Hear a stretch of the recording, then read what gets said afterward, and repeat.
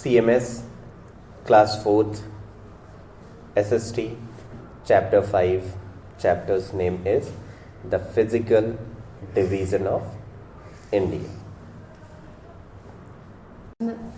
अगर हम बात करें इंडिया की तो भारत का फिजिकल फीचर ऐसा है कि कहीं पर माउंटेन, कहीं पर प्लेट्यू, कहीं पर प्लेन्स, कहीं पर डेजर्ट और कहीं पर आइलैंड्स हैं। ये माउंटेन आपको पता होगा, प्लेट्यूज आपको मैंने कई बार बताया है, प्लेन्स के बारे में भी मैंने कई बार जिक्र करी है, डेजर्ट अभी मैंने रिसेंटली बताया, आइलैंड भी मैंने बताया है।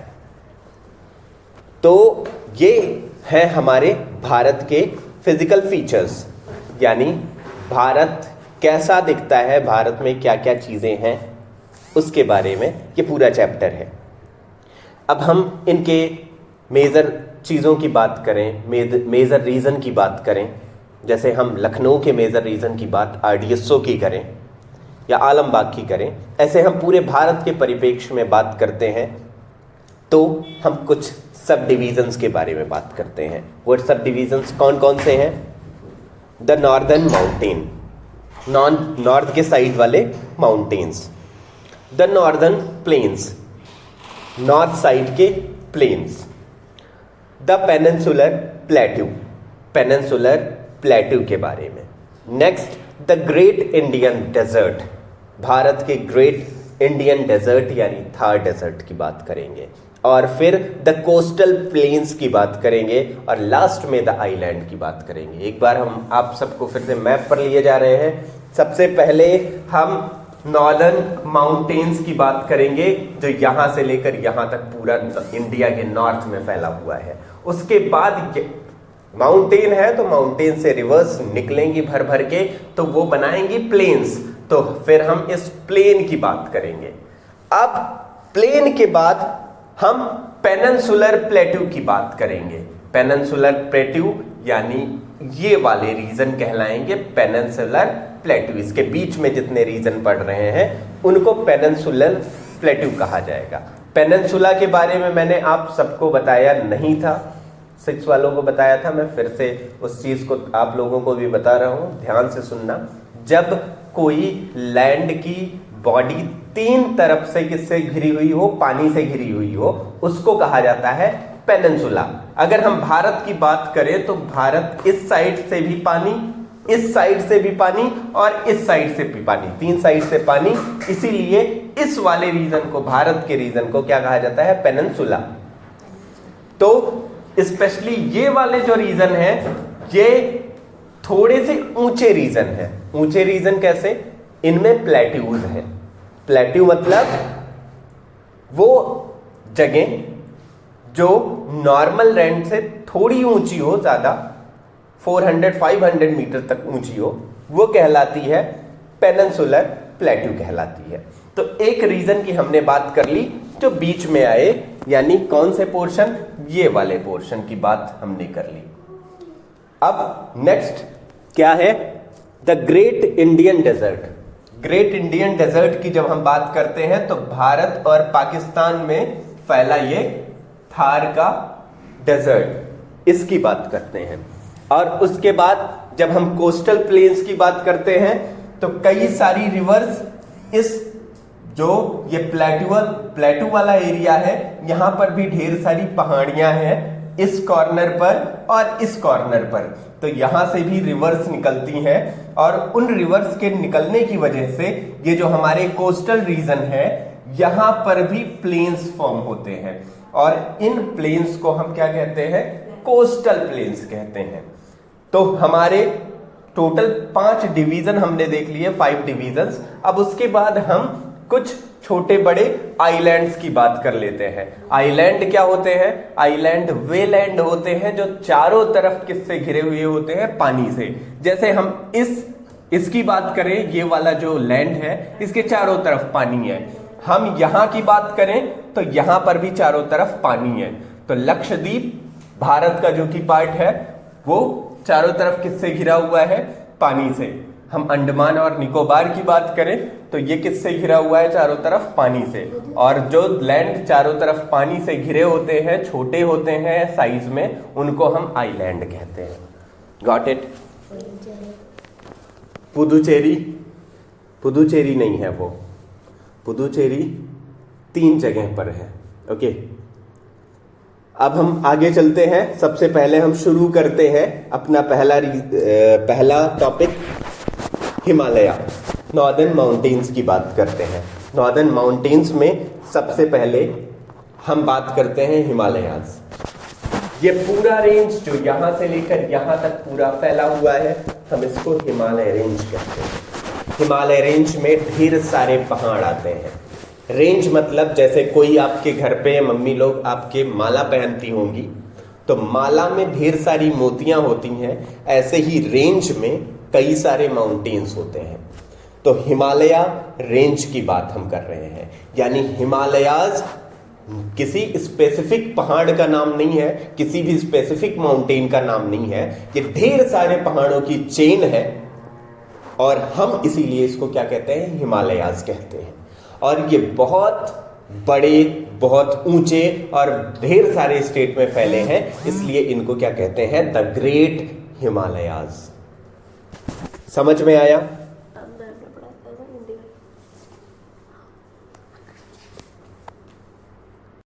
ओके, तो अब हम सबसे पहले हिमालय की बात करते हैं। जो नॉर्दर्न माउंटेन है उसमें हिमालय, काराकोरम और नॉर्थ ईस्टर्न माउंटेन रेंज हैं। ठीक, ढेर सारे, ये जो हमारी मोटी सी पट्टी बनी हुई है, ठीक है, ये वाली पट्टी, इसमें ढेर सारे माउंटेन के रेंज हैं। कौन कौन से हैं? काराकोरम, सबसे ऊपर काराकोरम, ठीक। फिर उसके बाद north eastern mountain range, north eastern mountain range, ऐसे ही और सारे माउंटेन्स हैं। The Himalayan range is the highest mountain range in the world and it covers the major part of the northern mountains. पूरे विश्व का सबसे ऊंचे ऊंचे माउंटेन अगर कहीं पाए जाते हैं तो वो भारत में पाए जाते हैं। भारत के नॉर्दर्न माउंटेन्स में, माउंटेन रीजन में पाए जाते हैं। ठीक है, चलो हम हिमालय के बारे में और आगे जानते हैं। हिमालय का मतलब होता है हिम का आलय। हिम मतलब बर्फ और आलय मतलब घर। बर्फ का घर यानी होम ऑफ स्नोज। हिमालय का मतलब क्या होता है?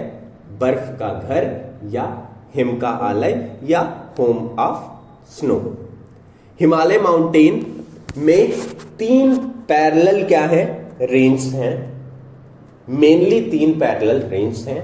वो कौन कौन सी हैं? द ग्रेट हिमालय, जिसको हम हिमाद्री कहते हैं। फिर उसके बाद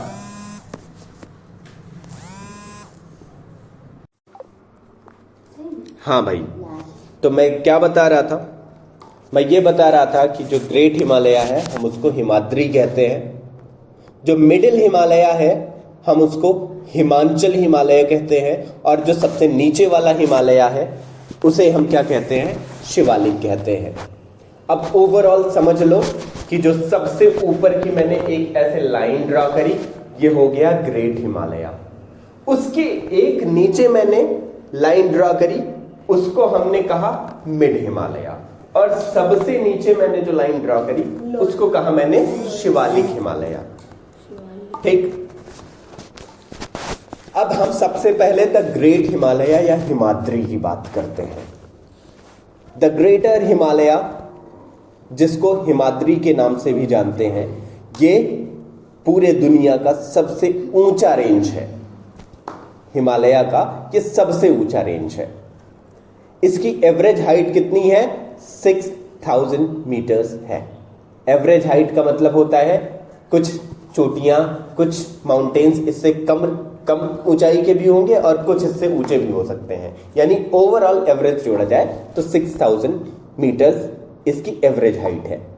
ये northern most part of India में पाया जाता है, यानी इंडिया के नॉर्थ में पाया जाता है। ठीक, अब हम इसके आगे चलते हैं। The highest mountain called mount Everest, it is a peak of this range which lies in Nepal. इस दुनिया का जो सबसे ऊंचा पर्वत है जिसका नाम है माउंट एवरेस्ट, ये इसी पीक का रेंज है जो कि नेपाल में पड़ता है। कंचनजंगा इसकी सेकेंड हाईएस्ट पीक है जो कि हिमालय के इंडियन पार्ट में पड़ता है। इंडिया में कहां? सिक्किम और नेपाल के बॉर्डर में पड़ता है। ठीक, ओके। यहां पर पड़ता है क्या? कंचनजंगा सिक्किम में, और यहां पड़ता है माउंट एवरेस्ट। अब हम आगे बात करते हैं। ठीक, कुछ और भी क्या है? हाईएस्ट पीक है कहां पर? जैसे नंदा देवी कहां पर पड़ता है? उत्तराखंड। नंगा पर्वत कहां भी पड़ता है? उत्तराखंड। ठीक, बद्रीनाथ उत्तराखंड। और अन्नपूर्णा ये कहां पड़ता है? अन्नपूर्णा पड़ता है नेपाल में। ठीक, इसके अलावा मैं अभी इसमें इतना ही बताऊंगा क्योंकि K2 के बारे में सुना होगा, गाडविन ऑस्टिन, वो भी पार्ट है, लेकिन वो कहां पर पड़ता है? पाकिस्तान में, क्योंकि पाकिस्तान ने क्या कर लिया है? उतने एरिया को छका के रखा हुआ है भारत के। ठीक है। The two major passes Zojila and Karakoram pass are located in this range. दो पास या इन रेंज में पाए जाते हैं। कौन सा? जोजिला और काराकोरम पास। जोजिला कहां है? जोजिला है इधर, ठीक, यहां पर। और जोजिला कहां है? यहां पर। और दूसरा कौन सा है? काराकोरम पास यहां। काराकोरम पास, अब पास के बारे में भी मैं बता दूं। जब दो माउंटेन्स है किसी एक रेंज में, एक माउंटेन ऐसे आया, एक माउंटेन ऐसे आया, अब यहां पर थोड़ा सा गैप है बीच में, तो बीच में से एक रास्ता टाइप का बन गया, तो वो जो रास्ता टाइप का बना उसको हम कहते हैं पास। तो वो पास इंपॉर्टेंट होते हैं जिन पास के थ्रू हम क्या? ट्रेवल कर सके। तो एक ऐसा पास है क्या? जोजिला पास के थ्रू हम कहां जाते हैं? कैलाश मानसरोवर की यात्रा पर जाते हैं। कहां पर? जो कि चाइना में है, चाइना के तिब्बत वाले पार्ट में। ठीक, चाइना के तिब्बत वाले पार्ट में एक क्या धार्मिक स्थल है जिसका नाम है कैलाश मानसरोवर। वहां पर भारत से कई सारे लोग जाते हैं यात्रा करने के लिए। तो किस पास से होते हुए जाते हैं? जोजिला। ठीक, जोजिला क्या करता है? भारत और चाइना कंट्री को जोड़ता है, इसलिए जोजिला पास इंपॉर्टेंट हो गया। जोजिला पास इसलिए कहते हैं क्योंकि उसमें से जो ठीक, ऐसे आता है, उसमें से जो रास्ता होता है। हाँ, ओके, जोजिला पास समझ में आया। अब मैं तीसरा कौन सा पास? काराकोरम पास की बात करता हूं। काराकोरम पास कहां पर है? देखा जाए तो सबसे ऊपर, यानी ये किसको किसको कनेक्ट करता है, किसको किसको मिलाता है? भारत चाइना के जंक्शन पर है। ठीक है, भारत और चाइना के बीच में ये एक पास है, वहां से भी लोग भारत और चाइना आ जा सकते हैं, इसलिए काराकोरम पास भी इंपॉर्टेंट हो गया। ठीक, I am sorry for that, मैं थोड़ा गलत इंफॉर्मेशन दे गया। मैं अपने इंफॉर्मेशन को फिर से कलेक्ट करता हूं, करेक्ट करने की कोशिश करता हूं। जो काराकोरम पास है वो क्या करता है? श्रीनगर को लेह से जोड़ता है। ठीक है, ये पास श्रीनगर को लेह से जोड़ता है, यानी अपने कंट्री के अंदर ही पास है। ये अपनी कंट्री के दो प्रमुख शहरों को जोड़ता है। ठीक है, अब टाइप। हाँ, अब हम आगे बात करते हैं। अभी ढेर सारे पासेस भी हम पढ़ेंगे, जो जिला पढ़ा, बोमडीला पढ़ेंगे, कई सारे पढ़ेंगे अगर होगा इसमें तो। अब हम आगे चलते हैं। जो यहाँ के माउंटेन्स है, उनकी जो चोटियां हैं यानी ऊपर वाला जो है, वो पूरे सालों साल किससे भरा हुआ होता है? स्नो से भरा हुआ होता है। ठीक, बहुत ढेर सारी मात्रा में ग्लेशियर्स हैं। ग्लेशियर्स क्या होते हैं? ठीक, ऐसी जगह, ऐसी ऊंची जगह जहां पर पहाड़ जो वो क्या बादल टकरा टकरा कर अपनी पूरी पानी गिरा देते हैं, और फिर क्या होता है, चूंकि ऊपर बहुत हाइट है, ठीक, इसलिए वहां पर वो जम जाएंगे। ठीक, जम जाएंगे। जम जाने की वजह से क्या है, अब वो स्नो के फॉर्म में वहीं पर बने हुए हैं, माउंटेड है, और उन्हीं को क्या कहा जाता है? ग्लेशियर कहा जाता है। ठीक ठीक, अब ये क्या होता है, ये धीरे धीरे मूव करते हैं पिघल पिघल के, तो उससे क्या बनती हैं? नदियां बनती हैं। नदियां कैसे बनी, समझ में आ गया। Important rivers such as Ganga, Yamuna, कई सारे इंपॉर्टेंट रिवर्स जैसे गंगा, यमुना, इन्हीं गंगोत्री और यमुनोत्री ग्लेशियर से निकलती हैं। गंगोत्री ग्लेशियर एक है बड़ा सा, वहां से कौन निकल रहा है? नदी गंगा। यमुनोत्री ग्लेशियर से यमुना निकल रही है। Even the Indus and Brahmaputra river have also been created from these melting glacier. अगर हम बात करें इंडस रिवर की और ब्रह्मपुत्र रिवर की, इंडस रिवर हमने आप सबको बताया था इधर से होते हुए पाकिस्तान जाता है, और जब मैंने ब्रह्मपुत्र रिवर की बात बताई थी तो वो इधर से होते हुए फिर ये बांग्लादेश आते हुए यहां पर गिरता है। ठीक है, तो ये दोनों रिवर्स भी ग्लेशियर से ही मिलकर मेल्ट होकर आते हैं। हिमाद्री रीजन की हम बात करें तो बहुत ज्यादा हाइट पर है। ठीक है, यहां पर कोई भी वेजिटेशन नहीं होता है। ठीक, कोई एनिमल वगैरह नहीं पाए जाते हैं। ठीक, समझ में आया। अब हम हमारा पूरा द ग्रेट हिमालय या हिमाद्री पूरा कंप्लीट हो चुका। यानी हिमाद्री के बारे में हमने क्या क्या सीखा कि इसकी हाइट एवरेज जो है लगभग 6000 मीटर्स है। ठीक है, और इसमें 2 पासेस हैं इंपॉर्टेंट। कौन कौन से? काराकोरम पास और जोजिला पास। ठीक, और हम बात करें तो ढेर सारे ग्लेशियर्स हैं यहाँ पर। ग्लेशियर्स से ही नदियां निकलती हैं। ठीक है, यहाँ के जो माउंटेन पीक हैं अक्सर कैप्ड होते हैं, स्नो कैप्ड होते हैं। ठीक, इसके ढेर सारे ऊंचे ऊंचे माउंटेन पीक्स हैं, जैसे माउंट एवरेस्ट इसी का पार्ट है, नंदा देवी इसी का पार्ट है, कंचनजंगा इसी का पार्ट है। ठीक, बद्रीनाथ, नंगा पर्वत, ये सारी चीज, अन्नपूर्णा पर्वत, ये सारी चीजें, ये सारे पर्वत इसी के पार्ट हैं। अब हम मिडल हिमालय की बात करने जा रहे हैं। द मिडल हिमालय, या इसको हम हिमांचल हिमालय कहते हैं। ठीक, द मिडल हिमालय या हिमांचल, ये जो हिमाद्री है, हिमाद्री के साउथ में पड़ता है। सबसे ऊपर, इससे थोड़ा सा नीचे हिमाद्री हिमालय रेंज पड़ा। ठीक, हिमाद्री रेंज, ये इसमें ढेर सारी फर्टाइल रिवर वैलीज हैं, जिसमें से कौन कौन सी वैली आती है? Kashmir valley, Kangra valley, Kullu valley. ठीक, और फॉरेस्ट इस पूरे रीजन में है।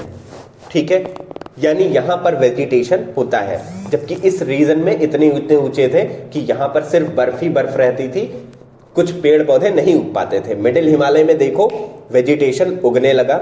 ठीक, कई, और इसी की वजह से इसमें ढेर सारी वैली हैं। वैली का मतलब क्या होता है? ये जब ये 2 माउंटेन रेंज ऐसे आए भैया, ऐसे मिले और नीचे ऐसे इतना एरिया बना लिए, इतना एरिया स्पेस बन गया कि जहां पर लोग घर बनाकर भी रह सके, उसको कह दिया गया वैली।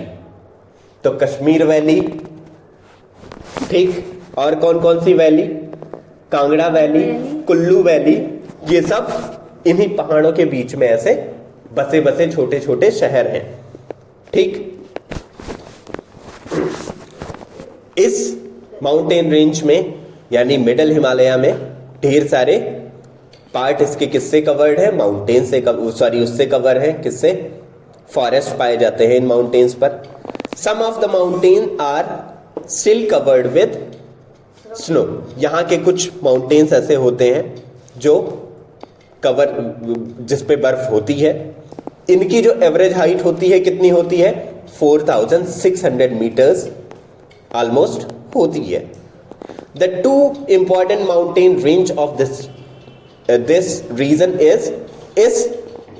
इस रेंज की, मतलब मिडिल हिमालय की दो मेजर माउंटेन्स हैं जो ऊंची ऊंची हैं। कौन कौन सी, पीर पंजाल और धौलाधर।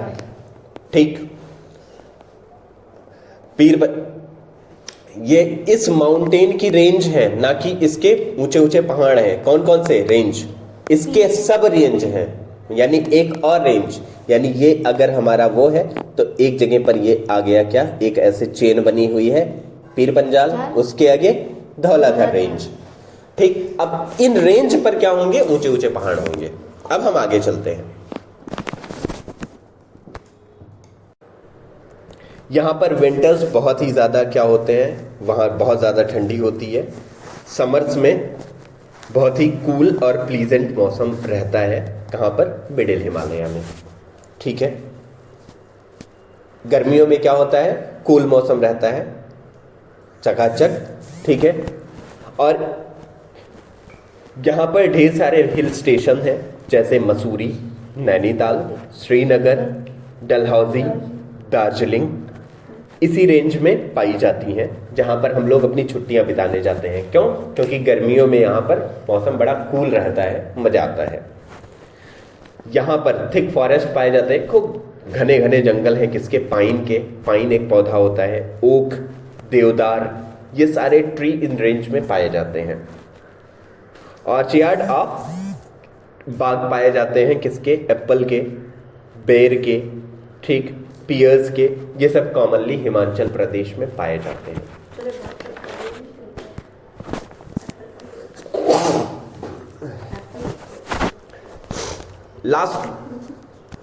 लास्ट पीक के बारे में हम बात करते हैं।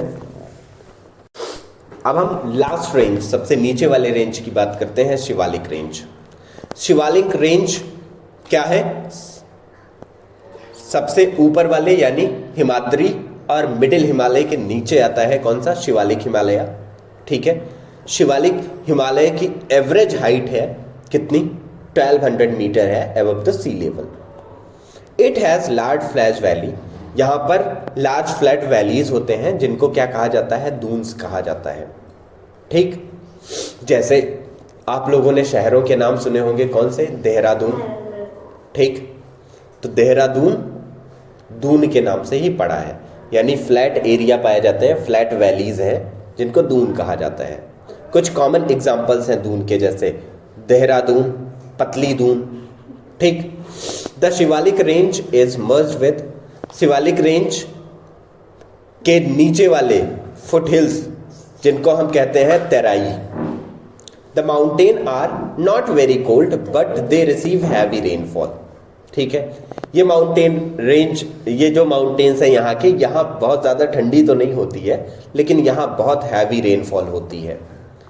The region is covered with thick forest, यहाँ पर बहुत घने जंगल हैं और ढेर सारे वाइल्ड एनिमल जैसे टाइगर, चीता, डियर यानी हिरन और एलिफेंट यहाँ पर क्या अपना घर बनाकर रहते हैं ओवरऑल, या इनका ठिकाना है। Terrace forming is done on the slope of these hills, इस हिल के स्लोप्स पर टेरेस फॉर्मिंग करी जाती है। टेरेस फॉर्मिंग क्या होती है, पहाड़ पर पानी बरसा तो लुढ़क कर क्या आ जाएगा नीचे, तो क्या किया जाता है, पहले क्या किया जाता है, उसको खोद के क्या कर दिया जाता है, स्लोप बना दिया जाता है, और उसी स्लोप पर क्या होता है, वो लटके रहते हैं, और उसी स्लोप पर पानी कुछ देर रुकता है और उसी स्लोप पर खेती करी जाती है। मेड़ बना दिया गया तो उसको टेरेस फार्मिंग कहते हैं। ये फिगर बना हुआ है टेरेस फार्मिंग का। ठीक, जो भी गया होगा कहां पर, केरला वगैरह जो गया होगा उसने टेरेस फार्मिंग देखी होगी। वहां पर फ्रूट्स उगाए जाते हैं, ठीक। तो अब हम आगे चलते हैं। Fruits like apple and plum are grown here. Fruits जैसे एप्पल और प्लम यहाँ पर ग्रो करे जाते हैं। Along the north-eastern border of India, there are Himalayan mountain which appear lower in height. North east border India की बात करें तो यहाँ पर हिमालय माउंटेन्स बहुत ही छोटे छोटे हैं, ठीक है। अगर हम इस यहाँ पर बात करते जाएं तो जिससे जैसे जैसे हम इधर आते जाते हैं यहाँ पर उनकी हाइट्स क्या होती जाती है, कम होती जाती है, ठीक, कम होती जाती है। और उसको हम क्या कहते हैं, यानी जो इधर वाले हिमालयाज हैं, हिमालयाज के रेंज, उनको हम कहते हैं पूर्वांचल हिमालयाज कहते हैं, ठीक, पूर्वांचल रेंज कहते हैं। These hills have tea plantation, यहाँ पर टी प्लांटेशन होता है इनके स्लोप्स पर, ठीक है। टी ट्री यहाँ पर कॉमनली पाया जाता है इन हिल्स पे, ठीक है। गारो, खासी और जयंतिया, गारो, खासी, जयंतिया, नागा, लुसाई, पटकाई और मिजो हिल्स यहां पर पाई जाती हैं। गारो, खासी, जयंतिया, पटकाई, लुसाई, नागा, ठीक, और मिजो हिल्स ये पाई जाती हैं। ये माउंटेन रेंज ऐसे आया है और फिर ऐसे मुड़ गया है, ठीक। और ये मुड़ने की वजह से देखो ये पहाड़ी आगे ये ठीक। अब हम आगे बात करते हैं। इंपॉर्टेंस अब क्या है हिमालय की। हिमालय तो पूरा खत्म हो गया।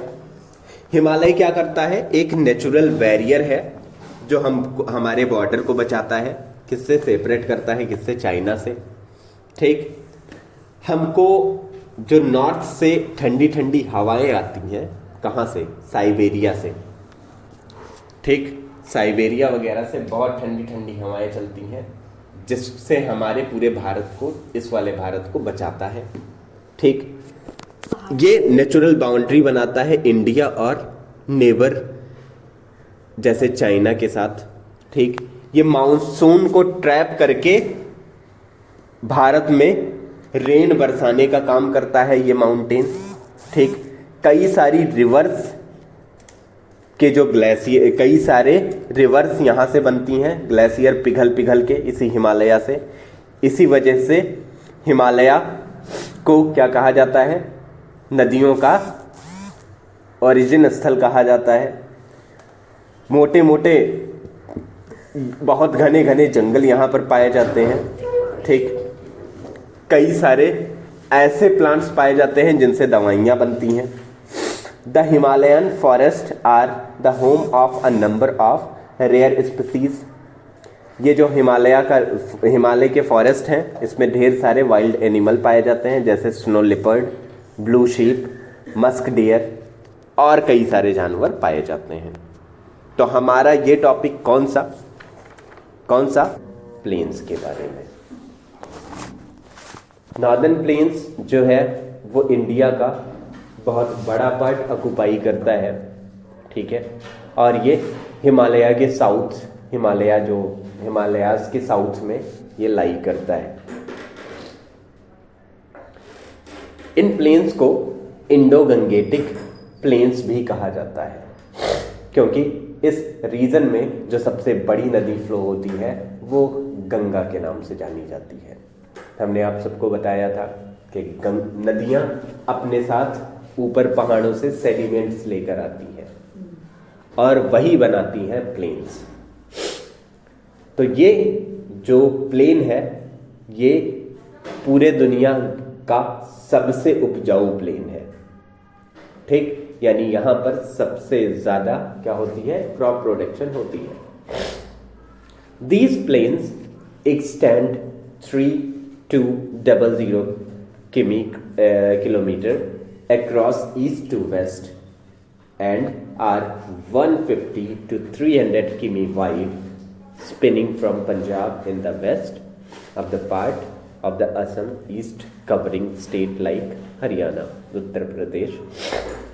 ये जो प्लेन्स है ये लगभग 3200 किलोमीटर ईस्ट से वेस्ट डायरेक्शन की तरफ फैली हुई है और इनकी जो विड्थ है यानी चौड़ाई है, ठीक, वो करीब करीब 150 से 300 किलोमीटर के आसपास है, ठीक।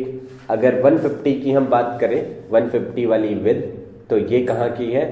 ये असम वाले रीजन में ऐसे प्लेन पाए जाते हैं। जैसे जैसे हम और इधर बढ़ते जाते हैं, किधर, बिहार, उत्तर प्रदेश, फिर दिल्ली, इन सब साइड्स में बढ़ते जाते हैं, पंजाब तक बढ़ते जाते हैं, तो इन प्लेन्स की वाइडनेस बढ़ती जाती है, 300 किलोमीटर तक होती जाती है।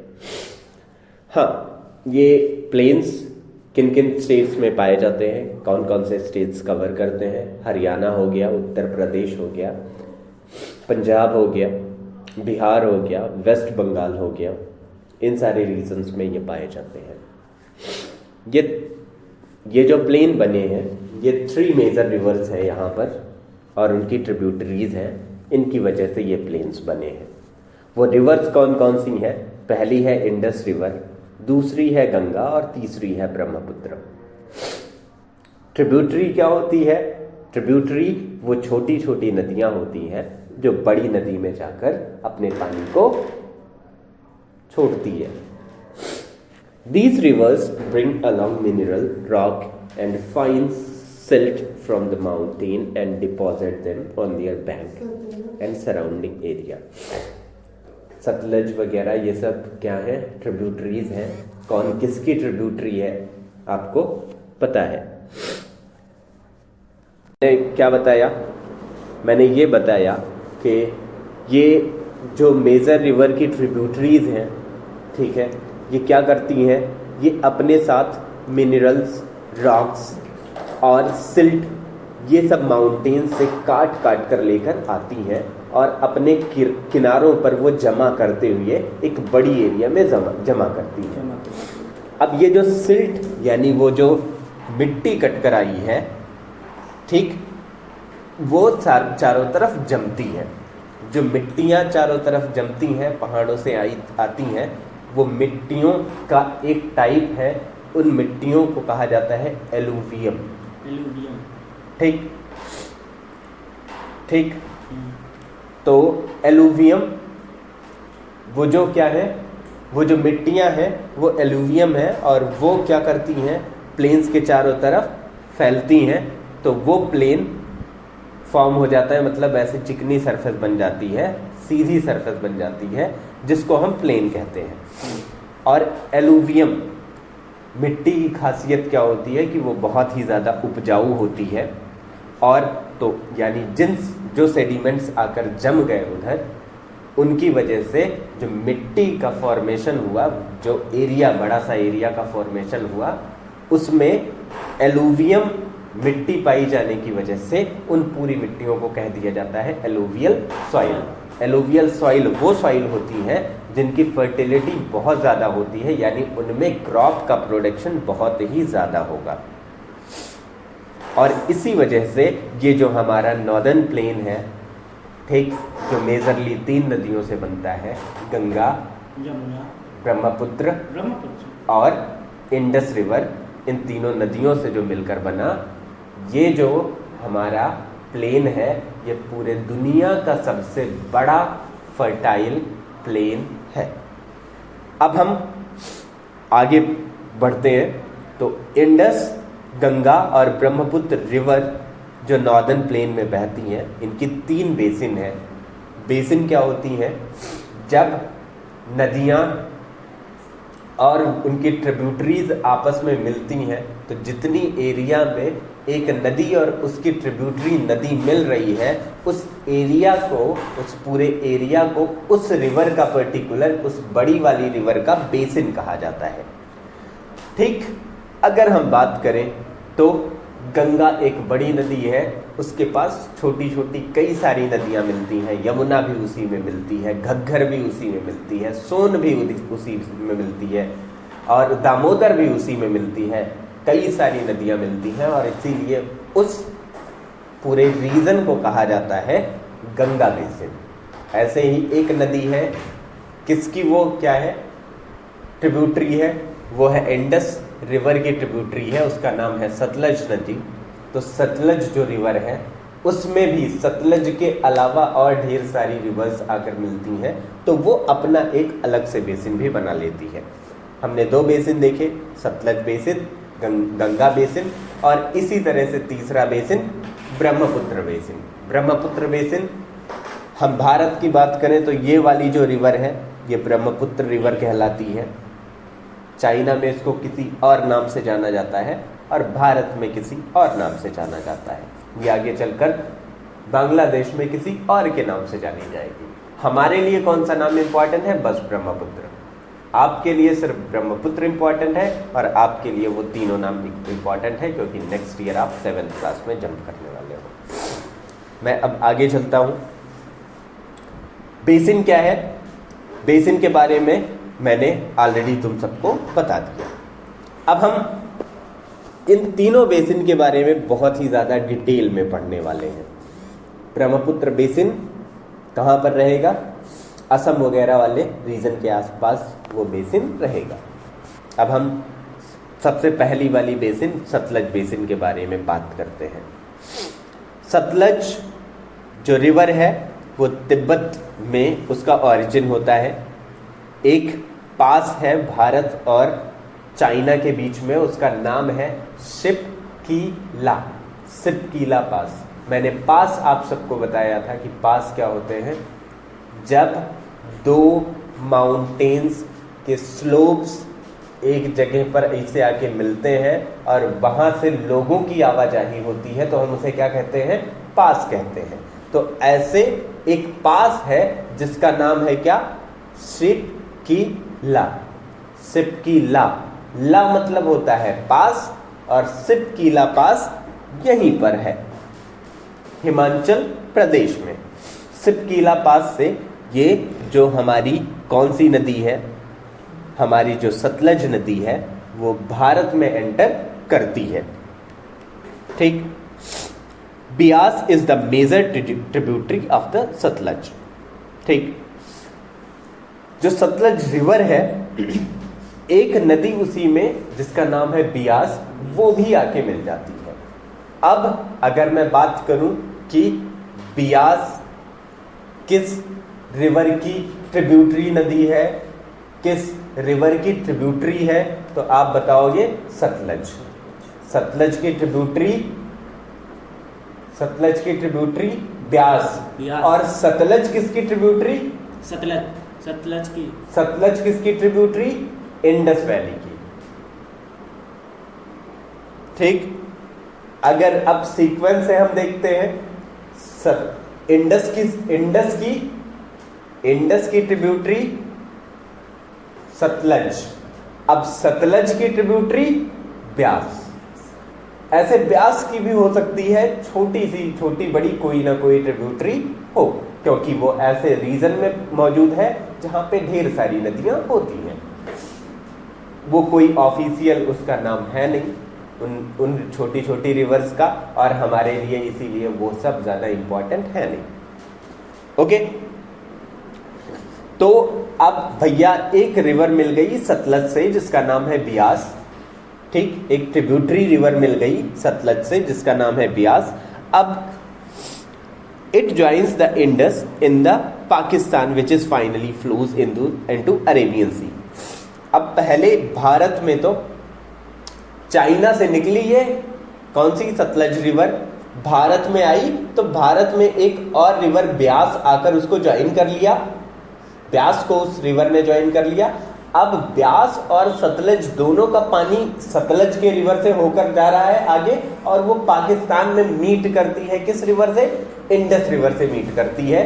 तो अब कितना बड़ा बेसिन बनेगा, इमेजिन कर खुद तुम लोग देख सकते हो। ठीक, तो अब इसी वजह से पंजाब और हरियाणा ये दो इंपॉर्टेंट स्टेट्स हैं जो सतलज बेसिन के अंडर आते हैं।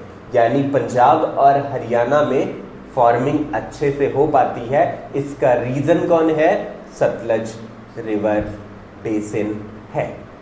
सतलज रिवर बेसिन में कौन कौन सी रिवर शामिल हैं आप लोगों को बताने की ज़रूरत नहीं है, व्यास है। और ये सतलज रिवर जाकर कहाँ मिल जाती है, ज्वाइन कर लेती है इंडस को।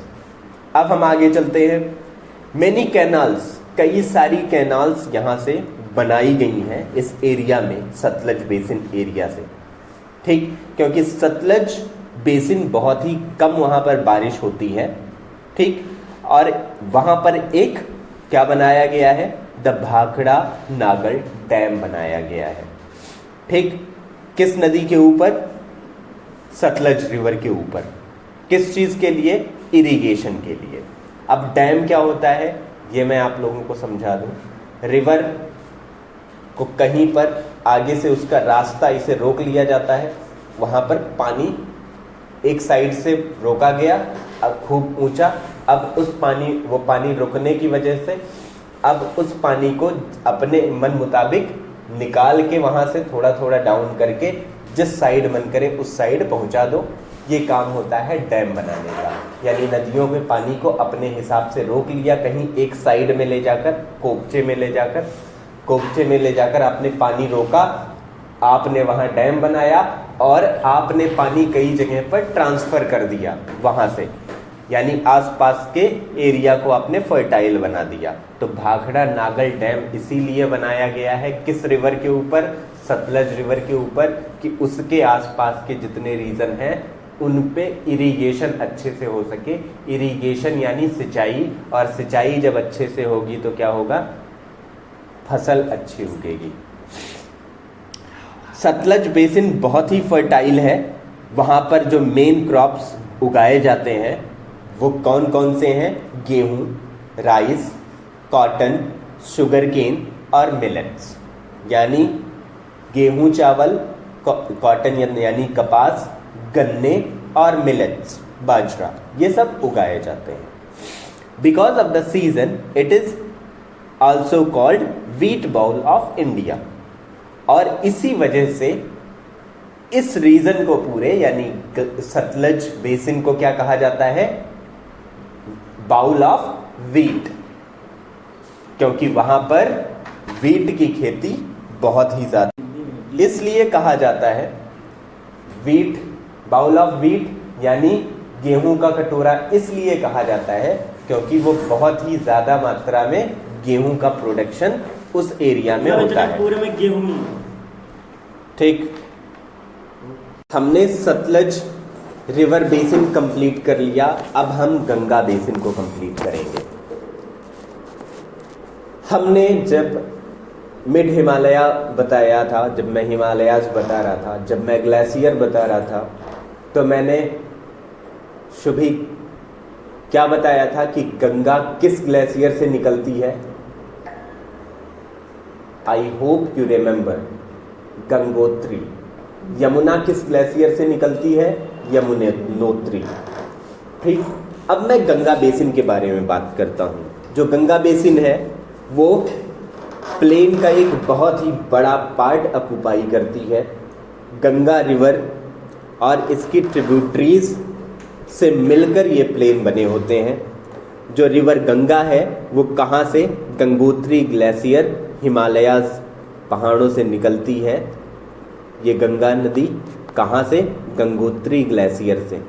ग्लेशियर क्या होते हैं मैंने आप सबको बताया था, आई होप हिमांशु। जो गंगा है वो गंगोत्री ग्लेशियर से निकलती है, हिमालय से।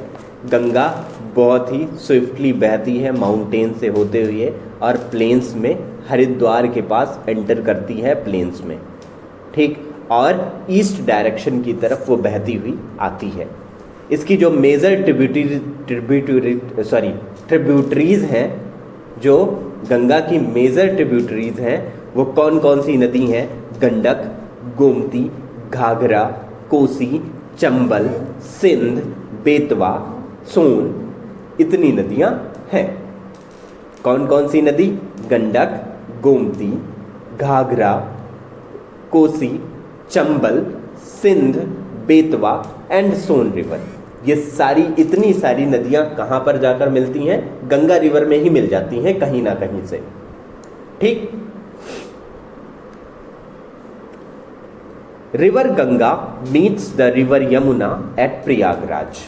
जो गंगा नदी है वो यमुना नदी से मिलती है प्रयागराज में, जिसको आज के डेट में, पहले क्या कहा जाता था, इलाहाबाद कहा जाता था, आज प्रयागराज कहा जाता है। और इसी वजह से जहाँ पर दो नदियाँ मिलती हैं उनको क्या कहा जाता है, संगम कहा जाता है। और अभी जल्दी ही संगम पर प्रयागराज वो लगा हुआ था, क्या, Mahakumbh. The Ganga basin gets heavier rainfall than the Sutlej basin. Ganga basin में ज़्यादा बारिश होती है सतलज बेसिन के कंपैरिजन में। गंगा बेसिन में कौन कौन से स्टेट्स आते हैं, Uttar Pradesh, Delhi, Bihar, West Bengal and part of Madhya Pradesh are the state that lie in Ganga basin.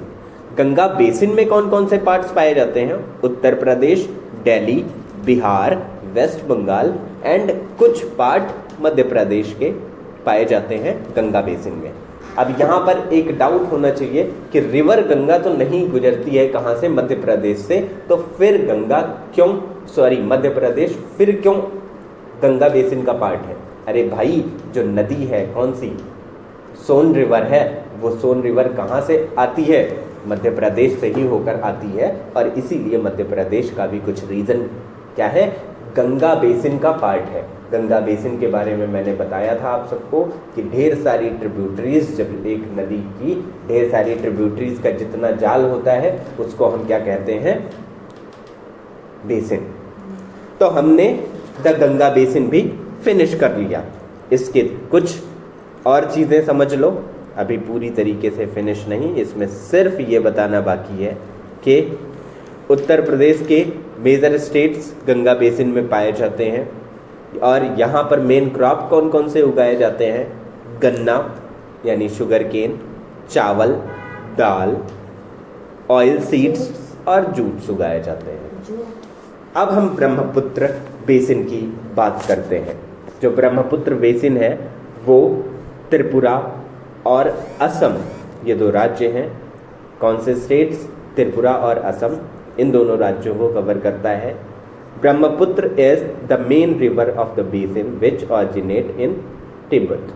जो ब्रह्मपुत्र का जो मेन रिवर बेसिन है वो कहाँ से ऑरिजिन होता है इसका, तिब्बत में। तिब्बत कहाँ है, चाइना ने उसको हथिया लिया है आज के डेट में।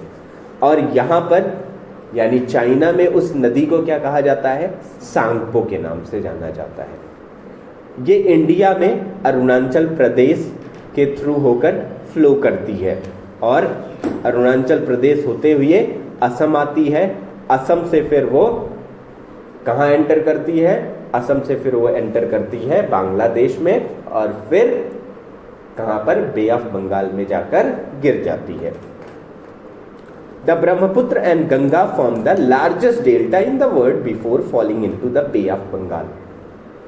जो ब्रह्मपुत्र और गंगा की जो आपस में अब यहाँ पहुँचती है कहाँ पर,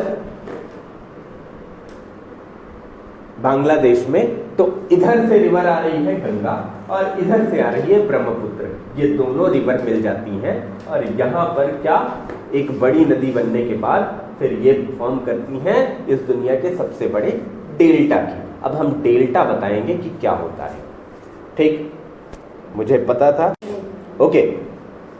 तो जब एक कुछ बड़ी नदियाँ जा रही होती हैं कहाँ पर, नदियाँ जमीन छोड़कर जा रही होती हैं समुद्र से मिलने के लिए, यानी ओशन से मिलने के लिए, यानी सी से मिलने के लिए। तो उससे पहले वो क्या करती हैं, जमीन से होकर गुजर रही होती हैं। जमीन कई टाइप के होते हैं, वही सारे टाइप्स हम पढ़ रहे हैं, प्लेन, माउंटेन, ब्ला ब्ला ब्ला। तो जब हम कहाँ पर पहुँचते हैं, ईस्टर्न घाट या वेस्टर्न घाट पर पहुँचते हैं, तो वहाँ पर हमको दो टाइप के क्या दिखाई पड़ते हैं, प्लेन। अगर हम वेस्टर्न घाट की बात करें, यानी इस घाट की बात करें, तो यहाँ पर जो प्लेन है, तो ये जो हमारे वेस्ट घाट है, वेस्ट घाट के जो स्लोप्स हैं वो बिल्कुल ऐसे स्लैंटिंग हैं, जबकि हमारे ईस्ट घाट के जो स्लैब्स हैं वो बहुत ही ज़्यादा ऐसे मतलब ऐसे थोड़े तिरछे हैं, तो नदियाँ आराम से ऐसे पहुँचेंगी तब जाएंगी, ठीक। और इधर नदियाँ सीधी लगभग गिर जाती हैं कहाँ पर, ओशन में।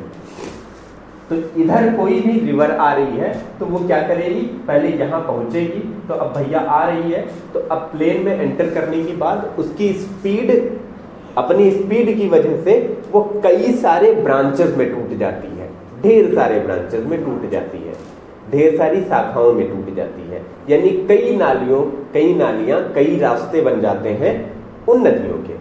उन रास्ते बनने की वजह से उसके बीच में जो एरिया बचा वो बहुत ही ज़्यादा क्या हो जाता है, इनरिच हो जाता है, और ढेर सारे उसमें पेड़ पौधे उग आते हैं।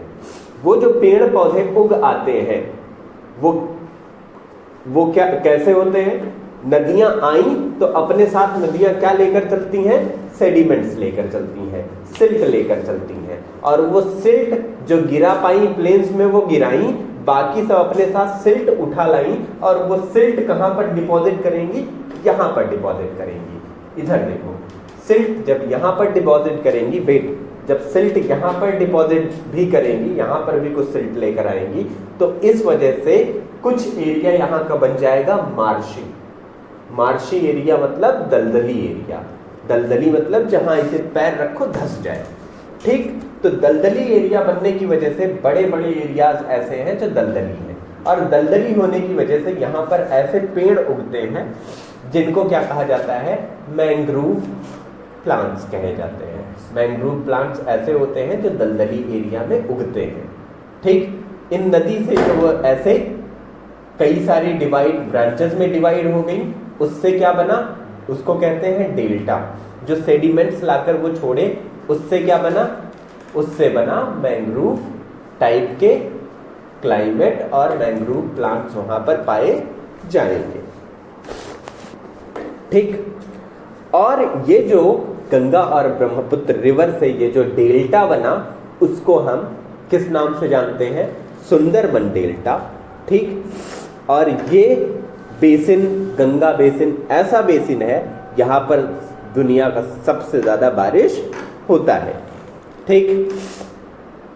यहाँ पर मेन राइस, जूट, टी, ये सारे मेन क्रॉप्स उगाए जाते हैं।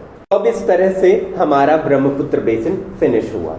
अब हम importance of the northern plain की इंपॉर्टेंस की बात करेंगे। और फर्टाइल एरिया, गुड अमाउंट में रेनफॉल होने की वजह से, कई सारी नदियाँ होने की वजह से यहाँ पर एग्रीकल्चर बहुत अच्छे से परफॉर्म किया जाता है।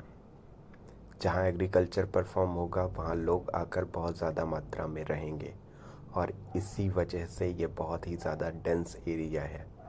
जहाँ डेंस एरिया होता है वहाँ इंडस्ट्रीज़ वगैरह सेटअप किए जाते हैं, क्योंकि इंडस्ट्री सेटअप करने के लिए ज़रूरी होता है प्लेन का होना। इन सब लिहाज से अगर हम देखें तो ये सारे इम्पॉर्टेंस हैं नॉर्दर्न प्लेन्स की। अब आज हम बात करेंगे पेनिनसुलर प्लेट्यू के बारे में, ठीक। वो हाईलैंड्स जो टॉप पे फ्लैट होते हैं, ठीक, उन्हें कहा जाता है प्लेट्यू। यानी एक पहाड़ है, एक माउंटेन है, माउंटेन को अगर मैं ऊपर से काट दूं तो उसका ऊपर वाला सरफेस क्या हो जाएगा, फ्लैट हो जाएगा। यानी थोड़ा नॉर्मल लैंड से वो ऊंचा हो और ऊपर का सरफेस उसका फ्लैट हो, वो कहलाता है प्लेट्यू।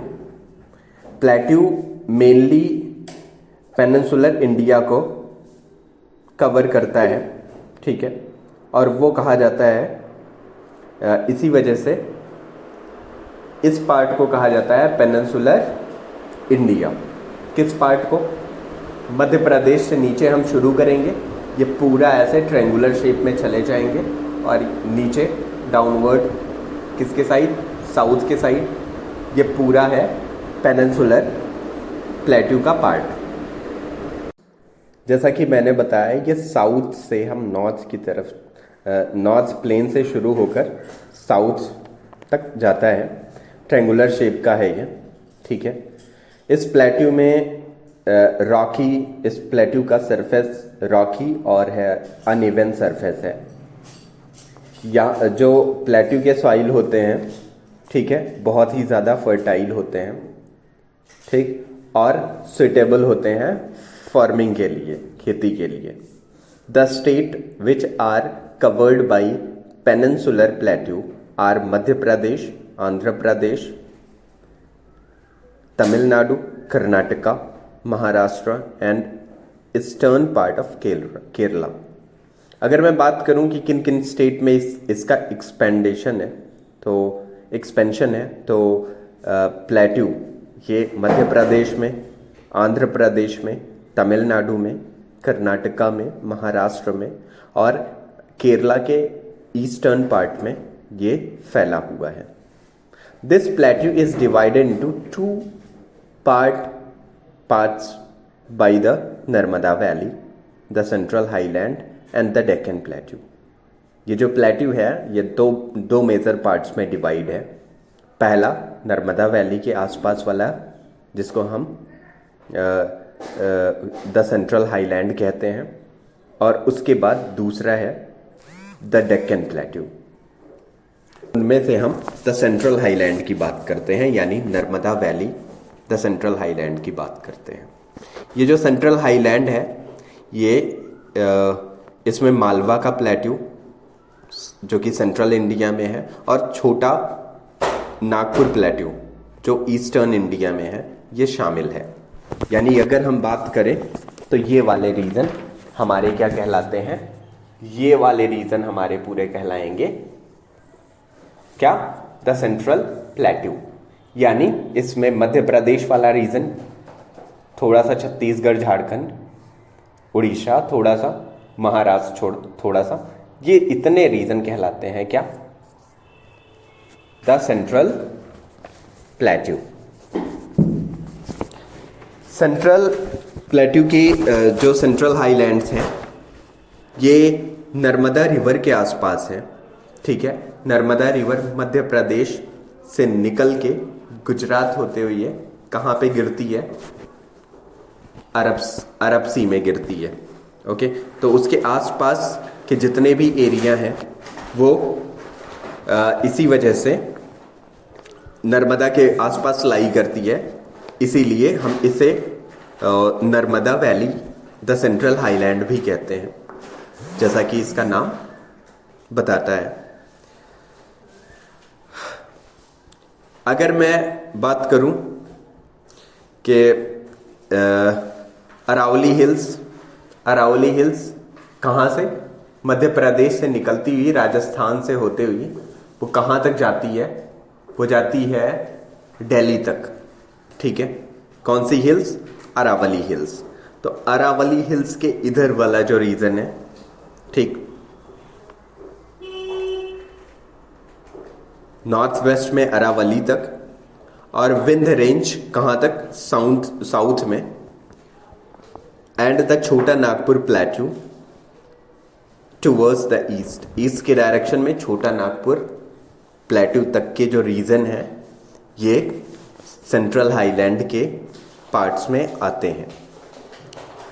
मालवा प्लेट्यू में काली मिट्टी पाई जाती है, ब्लैक सॉइल पाई जाती है, ठीक, जो अच्छी होती है किस प्रोडक्शन के लिए, कॉटन के प्रोडक्शन के लिए बहुत ही ज़्यादा क्या होती है, वर्थ इट होती है, और ऑयल सीड पाए जाने के लिए ज़्यादा वर्थ इट होती है। The Chota Nagpur plateau region is very rich in mineral like coal, manganese, bauxite, iron etcetera. और जो छोटा नागपुर वाला यानी झारखंड वाले इलाके वाला जो पोर्शन है, उस पोर्शन में क्या है, उस पोर्शन में बहुत ही ज़्यादा रिच मिनरल्स पाए जाते हैं। उस रीजन को कहा जाता है छोटा नागपुर वाला रीजन, ठीक है। तो वहाँ पर ढेर सारे मिनरल्स पाए जाते हैं, जैसे कोल पाया जाता है, मैग्नीज पाया जाता है, बॉक्साइड पाए जाते हैं, आयरन पाया जाता है, ठीक, ये सारे मिनरल्स पाए जाते हैं। यानी डेक्कन प्लेट्यू एक मामले में हमारे लिए बेनिफिशियल क्यों है, क्योंकि उन प्लेट्यूज में क्या भी पाए जाते हैं, मिनरल्स पाए जाते हैं, इसीलिए प्लेट्यू हमारे लिए क्या है, प्लेट्यू वाला रीजन हमारे लिए बहुत ही ज़्यादा वर्दी है। तो हमने अभी द सेंट्रल हाईलैंड देखा, ये पूरा था सेंट्रल हाईलैंड के बारे में। अब हम डेक्कन प्लेट्यू के बारे में बात करेंगे।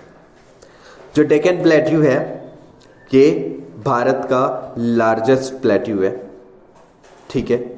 It sloped from west to east, ये वेस्ट से ईस्ट की तरफ फैला हुआ है, ठीक है।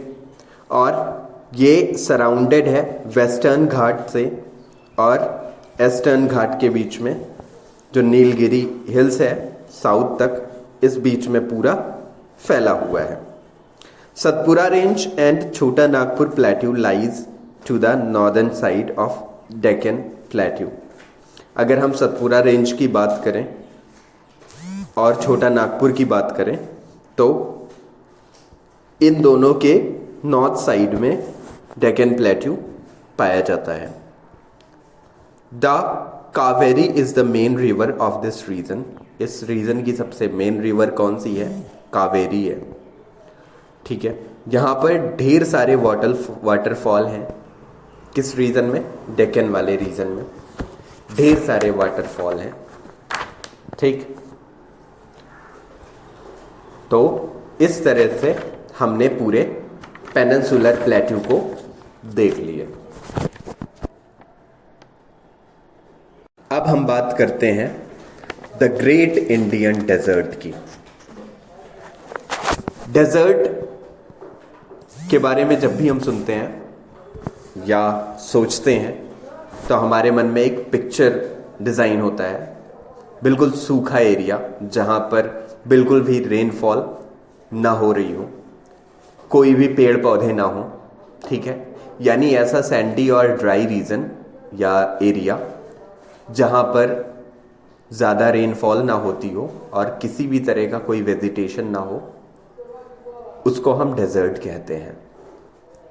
डेजर्ट दो टाइप के होते हैं, या तो हॉट या कोल्ड, ठीक। द ग्रेट इंडियन डेजर्ट और द थार डेजर्ट और the western desert is hot desert. हमारे इंडिया में जो ये ग्रेट इंडियन डेजर्ट है उसको हम थार डेजर्ट के नाम से भी जानते हैं या फिर वेस्टर्न डेजर्ट के नाम से भी जानते हैं, जो कि हॉट डेजर्ट है, ठीक है। जो कहाँ पर लाई करता है, कहाँ पाया जाता है? अरावली हिल्स और नॉर्दर्न प्लेन्स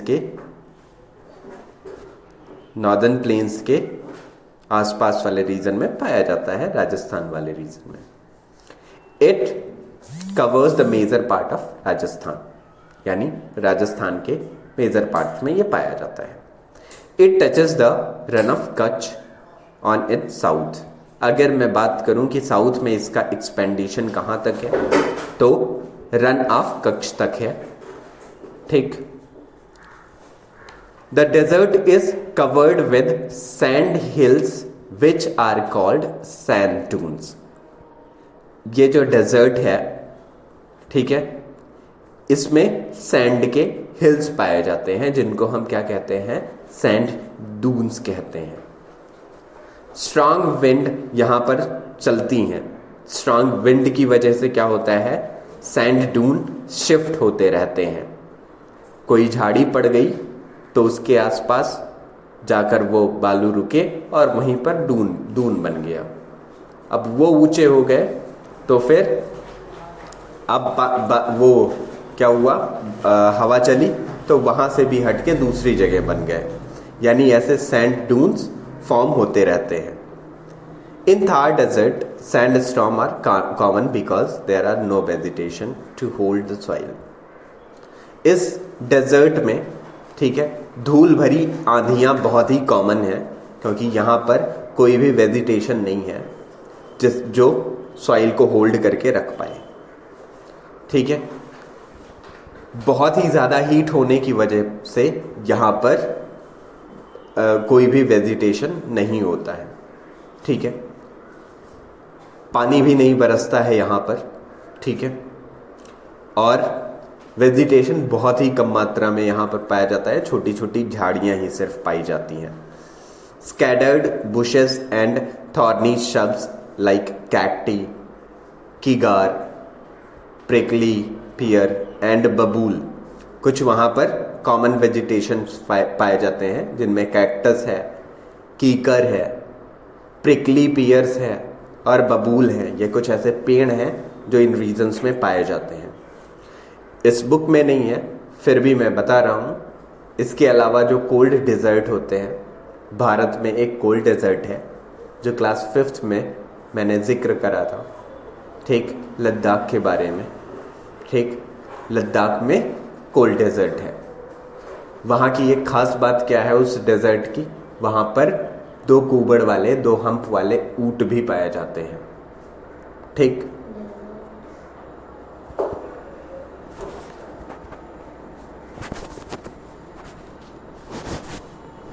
हम आगे चलते हैं। अब कोस्टल प्लेन्स के बारे में हम बात करते हैं। अगर मैं इंडिया की बात करूं तो इंडिया के पास बहुत बड़ी कोस्ट लाइन है। कोस्ट लाइन मतलब वो एरियाज जो डायरेक्टली किससे कनेक्ट होते हो, सी से कनेक्ट होते हो, उनको हम क्या कहते हैं, कोस्ट कहते हैं। तो इंडिया की कोस्ट लाइन लगभग वो गुजरात से शुरू होती है और वो वहाँ कहाँ तक जाती है, वो वेस्ट बंगाल तक पूरी जाती है। यहाँ तक इतनी लंबी कोस्ट लाइन लगती है जो कि ऑलमोस्ट 6000 किलोमीटर्स है।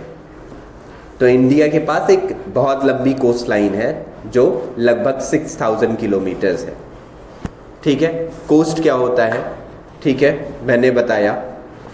Coastal plains are the narrow strip of plains land near the sea. जो कोस्टल एरियाज होते हैं वहाँ पर प्लेन्स पाए जाते हैं, कहीं कहीं पर पतले प्लेन्स और कहीं कहीं पर मोटे प्लेन्स पाए जाते हैं। ठीक है, they are divided into western coast plains and eastern coastal plains. जो प्लेन पाए जाते हैं उन प्लेन्स को 2 पार्ट्स में डिवाइड किया गया है। जो हमारे ईस्ट साइड में पाए जाते हैं प्लेन्स उनको ईस्टर्न प्लेन कहते हैं, और जो साउथ साइड में पाए जाते हैं वेस्ट साइड में पाए जाते हैं, वेस्ट साइड, उनको वेस्टर्न प्लेन कहते हैं। ठीक, अब हम आगे बात करते हैं। डेक्कन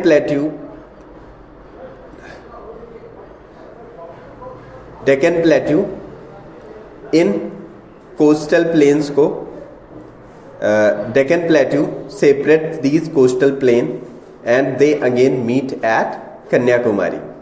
डेक्कन प्लेट्यू क्या करता है, डेक्कन प्लेट्यू इसके बीच में है इन दोनों प्लेन्स के।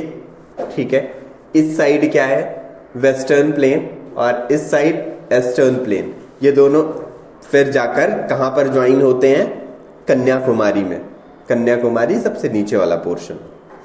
अब हम वेस्टर्न कोस्टल प्लेन के बारे में बात करते हैं। जो वेस्टर्न कोस्टल प्लेन है वो वेस्टर्न घाट और अरेबियन सी के बीच में लाई करता है।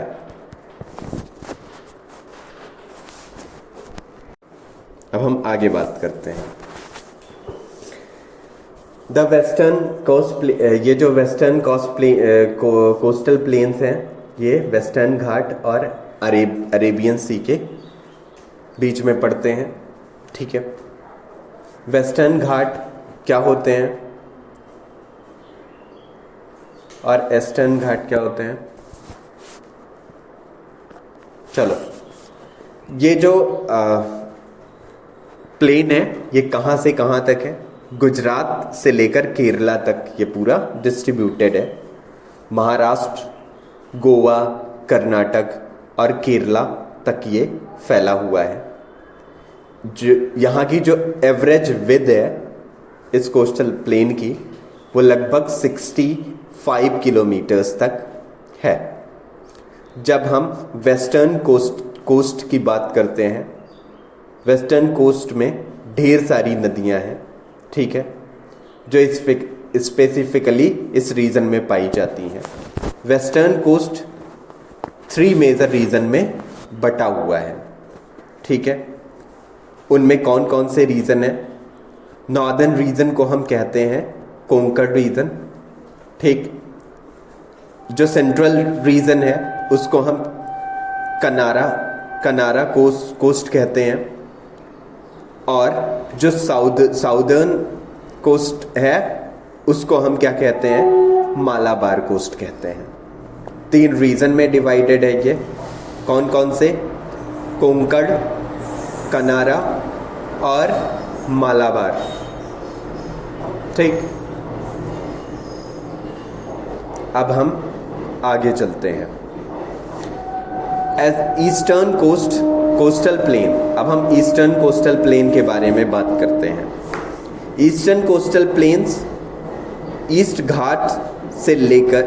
घाट से लेकर बे ऑफ बंगाल के बीच में फैला हुआ है, ठीक है। जो मतलब they are broader than the western coast plains. ये क्या है? थोड़े ज़्यादा चौड़े हैं। किससे? वेस्टर्न घाट के प्लेन से। जहाँ वेस्टर्न घाट 65 किलोमीटर ही वाइड है, अगर हम बात करें ईस्टर्न घाट की तो वो ऑलमोस्ट 120 किलोमीटर वाइड है। Numerous rivers like Mahanadi, Krishna, Kaveri and Godavari make these plains fertile. कई सारी नदियां हैं जैसे महानदी, कृष्णा, कावेरी, गोदावरी, ये सारी नदियां इन प्लेन्स को बहुत ही ज़्यादा फर्टाइल बनाती हैं। जो हमारे ईस्टर्न कोस्ट है, ठीक है, उनको मेजरली 2 पार्ट्स में डिवाइड किया गया है। नॉर्थ वाले पार्ट को हम क्या कहते हैं? नॉर्दर्न सरकार कहते हैं। नॉर्दर्न सरकार नॉर्थ वाले पार्ट को कहते हैं, जबकि हम साउदर्न पार्ट को कोरोमंडल कोस्ट कहते हैं, ठीक। तो इधर हम वेस्ट की बात करें तो वेस्ट में 3 कोस्ट थे। कौन कौन से? कोंकण कोस्ट, कनारा कोस्ट और मालाबार कोस्ट। जब हम ईस्टर्न कोस्टल प्लेन्स की बात करते हैं तो 2 रीजन में ये डिवाइडेड हैं। कौन कौन से? नॉर्दर्न सरकार, ऊपर वाला रीजन यानी नॉर्थ वाला रीजन, और नीचे वाले रीजन को हम कोरोमंडल कोस्ट कहते हैं। कई सारी रिवर आने की वजह से ये प्लेन्स बहुत ही ज़्यादा फर्टाइल हैं और सुइटेबल हैं राइस की खेती के लिए, ठीक है। और इसी वजह से इन एरियाज़ को क्या कहा जाता है? Rice bowl of the India. Bowl मतलब क्या होता है? कटोरा।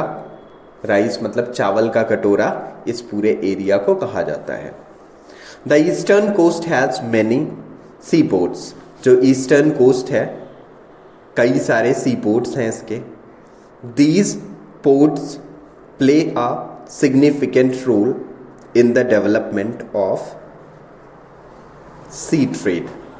ये जो क्या है? कोस्ट है, इनमें ढेर सारे सी पोर्ट्स हैं, ठीक है। और ये सी पोर्ट्स क्या हैं? इन सी पोर्ट्स की बहुत ही ज़्यादा इम्पोर्टेंस है। ये जो पोर्ट्स हैं ये बहुत ही सिग्निफिकेंट रोल प्ले करते हैं इस वजह से ट्रेड करने के लिए। अगर सी पोर्ट है आसपास तो जाहिर सी बात है जहाज़ें आकर वहीं रुकेंगी। तो ये कोस्ट इसीलिए हम लोगों के लिए बहुत ज़्यादा इम्पॉर्टेंट है। और इस तरह से हमने कोस्टल प्लेन्स को पूरी तरीके से पढ़ लिया। अब हम आइलैंड्स की बात करते हैं। आइलैंड के बारे में मैंने बताया था, वो छोटा सा लैंड का पीस जो चारों तरफ से पानी से घिरा हुआ हो, उसे हम आइलैंड कहते हैं। ढेर सारे आइलैंड्स हैं बे ऑफ बंगाल में और अरेबियन सी में। The island near Indian mainland which are part of India. जो आइलैंड्स भारत के मेनलैंड के आसपास के हैं वो किसके पार्ट है? इंडिया के पार्ट हैं। जैसे हम अंडमान और निकोबार आइलैंड की बात करें या लक्षद्वीप आइलैंड की बात करें, ये सब, इन सब पे किसका कंट्रोल है? हमारे इंडिया का कंट्रोल है। Andaman and Nicobar island bay of Bengal में लाई करता है, यानी Andaman and Nicobar bay of Bengal में है। ठीक है, यहाँ पर लगभग 500 छोटे छोटे आइलैंड्स का ग्रुप है। ठीक है, जहाँ पर बहुत ही कम ऐसे आइलैंड्स हैं जिनमें लोग रहते हैं। अब हम लक्षद्वीप की आइलैंड की बात करते हैं। लक्षद्वीप आइलैंड अरेबियन सी में है। ठीक है, यहाँ पर टोटल इस पूरे ग्रुप में, इन पूरे आइलैंड्स के ग्रुप में 36 छोटे छोटे आइलैंड्स हैं, जिनमें सिर्फ 10 आइलैंड्स ऐसे हैं जिन पे लोग रहते हैं। They are famous for their corals. ये जो लक्षद्वीप आइलैंड है ये अपने कोरल्स के लिए बहुत ज़्यादा फेमस है। ठीक, आइलैंड हमने फिनिश कर लिया। अब हम इसके बाद क्या पढ़ेंगे? मेजर रिवर ऑफ इंडिया पढ़ेंगे। ठीक, रिवर लाइफ लाइन होती हैं किसी भी सिविलाइजेशन के लिए। ठीक है, इनको मतलब इनकी ज़रूरत हमको किस लिए होती है? एग्रीकल्चर के लिए होती है और इंडस्ट्रियल पर्पसेस के लिए होती है। ठीक है, अगर मैं रिवर्स की बात करूं तो भारत की नदियों को 2 पार्ट में क्लासिफाई किया गया है। पहला पेरेनियल रिवर्स और दूसरा नॉन पेरेनियल रिवर्स। ठीक, पेरेनियल रिवर्स कौन सी होती हैं? अब हम इसके बारे में बात करते हैं। जो पेरेनियल वर्ड है ये लैटिन वर्ड है। ठीक, पेरेनिस, जिसका मतलब क्या होता है? Lasting through out the year, यानी जो सालों साल रहे। ठीक, दस द रिवर। अच्छा, इसका मतलब क्या? जो रिवर कॉन्टिन्यूअसली क्या करे? पूरे साल भर बिना सूखे क्या करें? उनमें पानी बहता रहे, उनको हम क्या कहते हैं? Perennial reverse. ठीक, और जो सूख जाए एक स्पेसिफिक टाइम पर, उनको नॉन पेरेनियल रिवर्स कहते हैं। यानी जो नदियां कंटिन्यू बहती रहें उनको पेरेनियल रिवर्स, कभी ना सूखें, और जो बीच बीच में सूख जाया करें एक स्पेसिफिक टाइम पर, non perennial rivers. Since these rivers are formed by melting the glacier, जैसा कि हमने आपको बताया था कि ये नदियाँ कैसे फॉर्म होती हैं। ग्लेशियर पिघलते हैं। ठीक है, जब गर्मियों में या फिर धूप उन पे पड़ती है तो वो पिघलते हैं और वो नदियाँ धीरे धीरे फॉर्म होती हैं। These rivers are form in north India. North India में ऐसी नदियाँ पेरिनियल रिवर्स फॉर्म होती हैं, क्योंकि वो किससे निकलती हैं? ग्लेशियर से निकलती हैं। ग्रेट हिमालय, हिमाद्री, माउंटेन, ये सारे कवर हैं किससे? स्नो से। पूरे साल भर इन पे बर्फ पड़ती रहती है। ठीक है, और इसी वजह से, और मानसून सीजन में यहाँ पर रेनफॉल भी बहुत ज़्यादा होते हैं, इस वजह से ये नदियाँ हमेशा भरी हुई रहती हैं। ठीक, तो इन नदियों के हमेशा भरे रहने का रीज़न क्या है? ग्लेशियर से पानी इनके पास आते रहते हैं, या पहाड़ों पर जब भी मानसून आता है तो जम के बारिश होती है, तो उन बारिशों की भी वजह से पानी नदियों को मिलता है। ठीक, रिवर गंगा की बात करें तो रिवर गंगा ऐसी एक रिवर है जो पेरेनियल रिवर है, जो कहाँ से निकलती है? गंगोत्री ग्लेशियर से निकलती है, हिमालयाज वाले रीजन में। अदर एग्जाम्पल की बात करें पेरेनियल रिवर की तो यमुना, इंडस, ब्रह्मपुत्र, सतलज, गोमती और ढेर सारी रिवर्स हैं जो पेरेनियल रिवर्स हैं। अब हम नॉन पेरेनियल रिवर्स के बारे में बात करते हैं। वे रिवर्स जो कॉन्टिन्यूअसली पूरे सालों साल नहीं बहती हैं उनको नॉन पेरेनियल रिवर्स कहते हैं। These rivers are rain fed, ठीक है। ये रिवर्स पूरी तरीके से ऑलमोस्ट किस पे, थोड़ी सी उस पे, जब पानी बरसा तो ये रिवर्स ऑरिजिन हो गई, पानी यानी मानसून का सीजन गया तो ये नदियां अपने आप सूख जाती हैं। ये मोस्टली किस पे डिपेंडेंट होती हैं, मानसून के रेंज पर डिपेंड होती हैं। They dry up during summer season, ये ठंडियों में, गर्मी के मौसम में क्या होती हैं, सूख जाती हैं, ठीक। जब रेनफॉल ज़्यादा नहीं होते हैं फिर ये धीरे धीरे सूखने लगती हैं, ठीक। और इसीलिए इनको क्या कहते हैं, सीजनल रिवर्स भी कहते हैं। इस टाइप के कुछ रिवर्स हैं जो पेनिनसुलर इंडिया में पाई जाती हैं, जैसे कौन कौन सी रिवर, गोदावरी, महानदी, कृष्णा, कावेरी, नर्मदा, तापी। ये कुछ ऐसी रिवर्स हैं जो नॉन पेरेनियल रिवर्स हैं, जो कि कहाँ बहती हैं, पेनिनसुलर इंडिया में बहती हैं। एक बार फिर से वो नदियाँ कौन कौन सी हैं, गोदावरी, महानदी, कृष्णा, कावेरी और नर्मदा और तापी। ये नदियाँ ऐसी हैं जो क्या हैं, नॉन पेरेनियल हैं। अब हम इस चैप्टर की समरी देख लेते हैं। हमने स्टार्टिंग में देखा कि एक भारत है, भारत के कुछ फिजिकल फीचर्स हैं। तो इंडिया को कई पार्ट्स में डिवाइड किया गया, जैसे northern mountains, northern plains, Indian peninsular plateau, the great Indian desert, the coastal plains and island.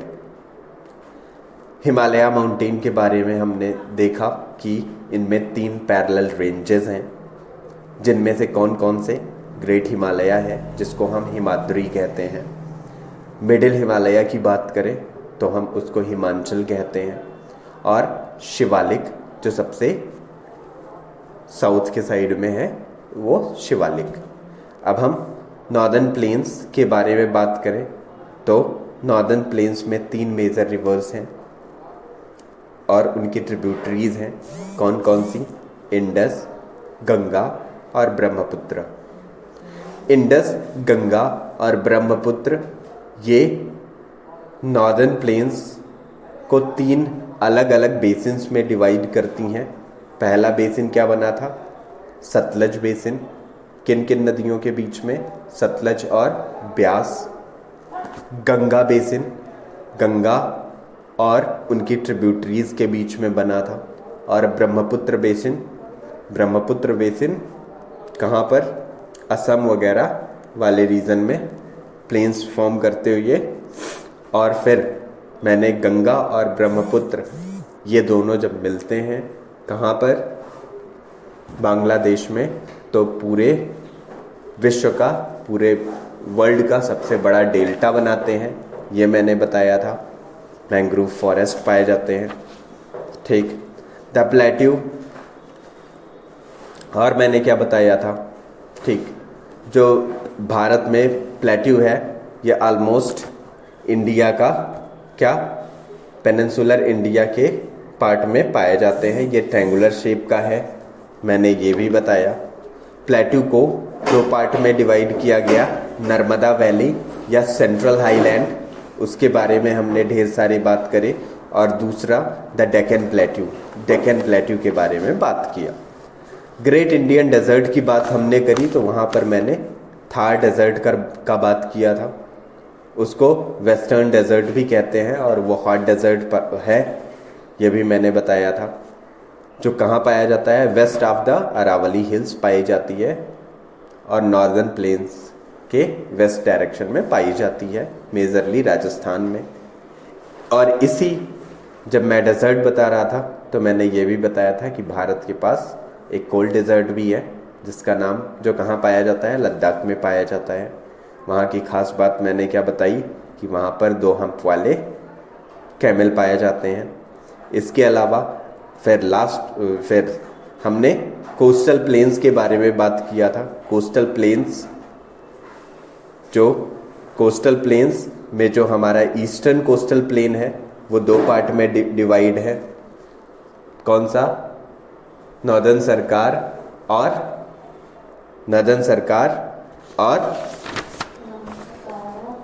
Coromandel. और जब हम ईस्टर्न की बात करते हैं तो मैंने 3 पार्ट में डिवाइड मैंने बताया था। सबसे ऊपर कोंकण, फिर बीच में कनारा और सबसे नीचे मालाबार। ठीक। आइलैंड क्या होते हैं? आइलैंड के बारे में बात करी थी हमने। आइलैंड वो लैंड्स जो इंडिया के रीजन के आसपास पाए जाएं। आइलैंड्स वो इंडिया के क्षेत्र में आएंगे। जैसे हमने अंडमान निकोबार की बात करी थी, वहाँ पर लगभग 500 आइलैंड से। ठीक। अगर हमने फिर दूसरा मैंने लक्षद्वीप के बारे में बात करी थी, वहाँ पर टोटल कितने आइलैंड्स हैं? 36 आइलैंड्स हैं, जिनमें से सिर्फ 10 आइलैंड्स पर ही लोग रहते हैं। अगर मैं उसकी बात करूँ किसकी?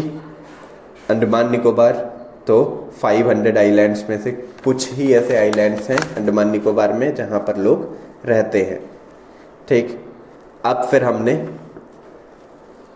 इंडियन रिवर्स के बारे में पढ़ा था। कौन कौन सी? पेरेनियल रिवर्स और नॉन पेरेनियल रिवर्स।